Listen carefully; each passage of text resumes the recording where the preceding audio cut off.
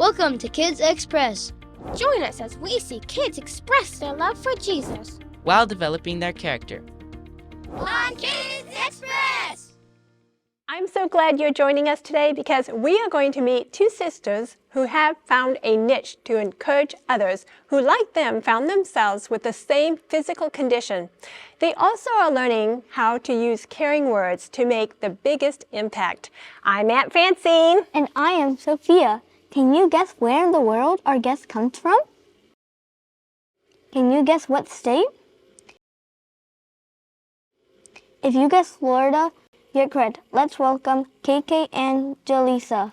Hi! Welcome! I'm so glad you're joining us here today. And you look very colorful, like I see buildings in Florida that are full of color. Do you like color? Yes. Is your favorite color pink? Yeah.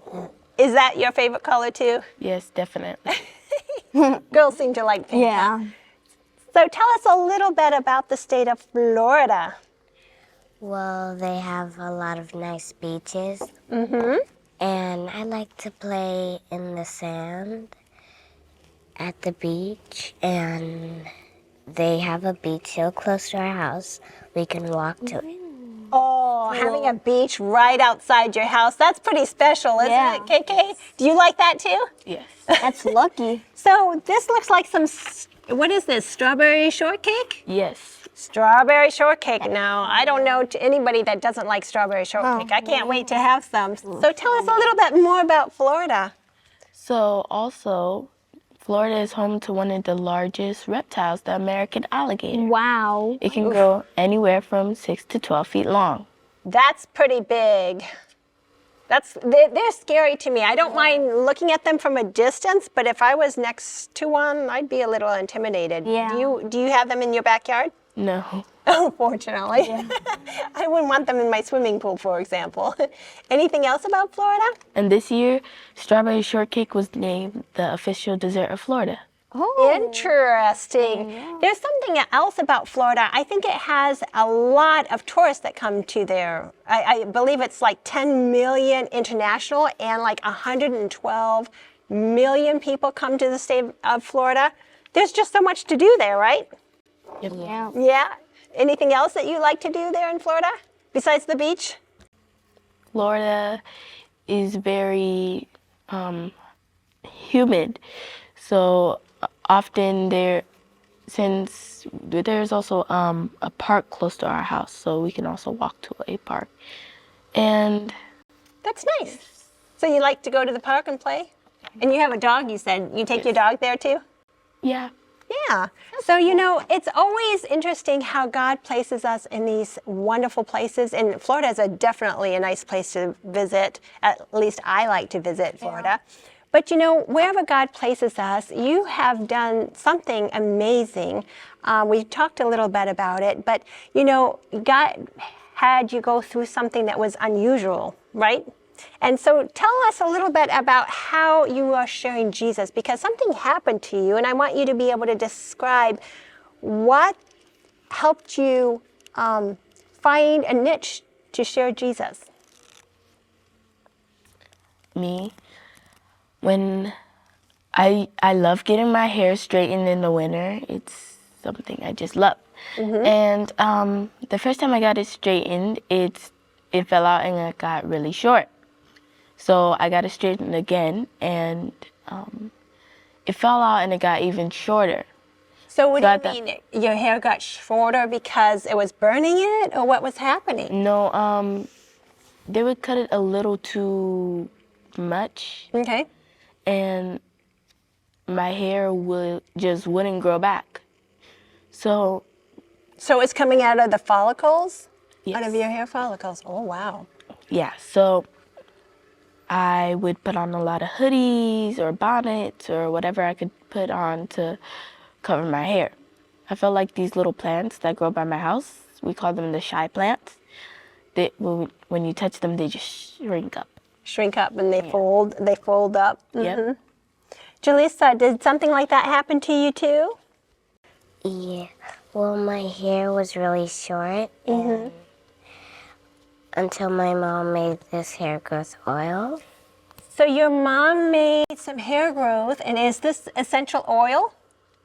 She mixed some essential oils and decided to try that on your hair. And what happened with your hair? It started growing. So you understand that a lot of kids sometimes have that issue where sometimes all of a sudden their hair isn't growing, or you have some bald spots, and I think we have some pictures of that. How did that make you feel? Very bad. Yeah. How did you feel about it, KK? Well, I felt like I really wanted to just hide in a little ant hole or somewhere. And you both have beautiful hair right now. So imagine that. And I have a little niece that also has very kinky hair, and sometimes her hair does some funny things too. And to have something that your mom has done something. So how are you sharing Jesus by the essential oils that you've made here? What have you done with it? Well, a lot of little kids have a problem with their hair, like this girl we know. Her name is Kayla. She's about 3 or 4. Okay. And her problem was she had bald spots all over her head. Oh, wow. So we gave her an oil, and then her hair grew back right just in time for school. Wow, that's Can you imagine starting school, especially like a new school, and then you feel embarrassed? I think we've all had that chance where we all have that time where we are embarrassed about something and we're very self-cautious. How did you, I'm assuming you felt very self-cautious about it. How would you feel? I would feel really sad, and I would just want to hide somewhere, Yeah. like not go to school. So did you ever feel like somebody was saying unkind things because of that? Did you ever feel teased by it? Well, I did get teased once for that. And it made you feel even worse, huh? Yes. Yeah, and you realize how valuable words are. Yes. How words can encourage others and how they can hurt other people, right? Yeah. Which brings me to developing our character. We sometimes can say words that can encourage other people and discourage other people. Have you ever encountered that? Yeah. Yes. Yeah. Do we sometimes have a hard time saying the right words? Yeah. Yep. Yeah. So what happens? Do you two always get along? No. No. So what happens when you two, what are you usually arguing about? Or tease each other about? Well, say for example, she was playing with my doll in a really rough way. And I would tell her to, can you please stop? And she'd be like, hey, KK, I'm not being rough with your doll. And another thing might be, well, she loves to play dress up, right? And if she's been trying on my clothes, I'd be like, Jaleesa, careful with my clothes. And then she would be like, I am being careful. I am being careful. And sometimes we say mean things. Have you ever done something where you realize, I said something that I shouldn't have said, and what happens? No, I don't really say mean things. You don't say mean things? No. That's good. That's good. No, not me either. You try not to say mean things. But you know what? I think we all have sometimes, because if we were really honest with ourselves, I think even our tonation or how we say things can be misinterpreted and hurt somebody else's feelings. Have you ever encountered that where you might accidentally hurt somebody else's feelings? And so we need to be mindful of that. But whenever I was in the classroom, for example, when I'd hear somebody say something mean, like if you heard somebody say something mean to a friend, what would you say? Normally I'd say, hey, that's not nice. Yeah. Or another thing that I say is, try that again. I think you deserve another chance. Giving people an opportunity to try again to say the right things would go far, right? And that's what we want to do, is encourage each other to say nice things about each other. So even when you were having issues with your hair, for example, say, oh, that's okay. So I hope that you can encourage other people, right? We want to encourage other people. And I'm glad that you found a ministry to be able to witness about that. So, I'm thinking of some Bible texts, and it was through your experiences that you found the importance of those kind words, right? And I'm looking at a Bible text, and it's Matthew 12:36 through 37.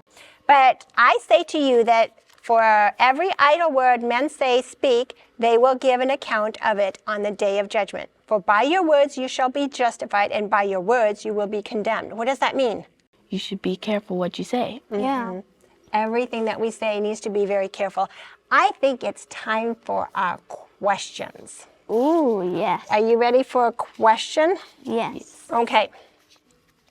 This question comes from Madison in Illinois, and she wants to know, what should I do when my sister says mean things to me? So what happens when your sister says mean things to you? Well, I usually say, hey, Lise, that's not very nice. That's good, because we can remind each other that, hey, that's not the right thing to say. Have you ever done that to each other? Have you practiced that? It's sometimes hard to do, but you know what? I remember when I was in the classroom teaching, and sometimes I would hear somebody say something mean to somebody else, and sometimes I give them a chance to fix it and to try again to make it right. So sometimes I would say, oh, let's try that again. I think you can try that again. Or you want to say that in a different way? So sometimes encouraging other people to say something right and giving them a chance makes them feel better about it, right? Yeah. It is important to watch what we say, because we can get other people more angry, or we can do something nice for them, right? And use our words. Yeah. But it's really hard, because your sisters or brothers know how to push your buttons. Does your brother know how to push your button? Oh, yeah. Yeah, I remember my sister, she would know what buttons to push. Like, for example, like you mentioned something maybe about like if she was wearing your clothes. My sister had a habit of wanting to bite or to take my things away from me and break them. And then other times she would say something like, oh, you're not very nice, you're not very pretty, and that would be very hurtful, right? So what do you say when your sister or somebody says something like that? You just say, I would just say, can you stop doing that, please? yeah. And remember that you are putting in the character of Jesus, because remember, Jesus was our example, right? Can you think of a time when Jesus was able to turn things around or say something nice? Well, when the woman, he touched her, and he just said kind words, and then she's like, she's Healed. good. She's healed. She was healed all of a sudden, because the Lord recognized that somebody had touched him, and she was healed. And there's other times. Can you think of another time? Or when Jesus was in the carpenter shop. In the carpenter shop, that's one of my favorite stories, because people would come into the carpenter shop, and when things got broken, do you think people were always nice with each other? No. No. And even Jesus was able to sing a song and bring glory to God. Now, do you know something of a kind word, of something that you could say to someone when they're being mean? Well, you could tell them, can you please like stop being? Can you want to try that again, or like? Or sometimes you can identify and say, you know, I remember feeling like that, and that was very hurtful, and I'm sure that you've had something like that happened to you, and you'd want to say something very kind. And it says in Proverbs 15:1, a soft answer turns away wrath, but a harsh word stirs up anger. So what do we want to do? We always want to choose our words carefully, don't we? Yep. And you know what? We can always speak kindness. And sometimes it's more important that we don't even say anything at all, right? Yeah. Yes. So we can exemplify who Jesus is. Thanks for joining us on Kids Express.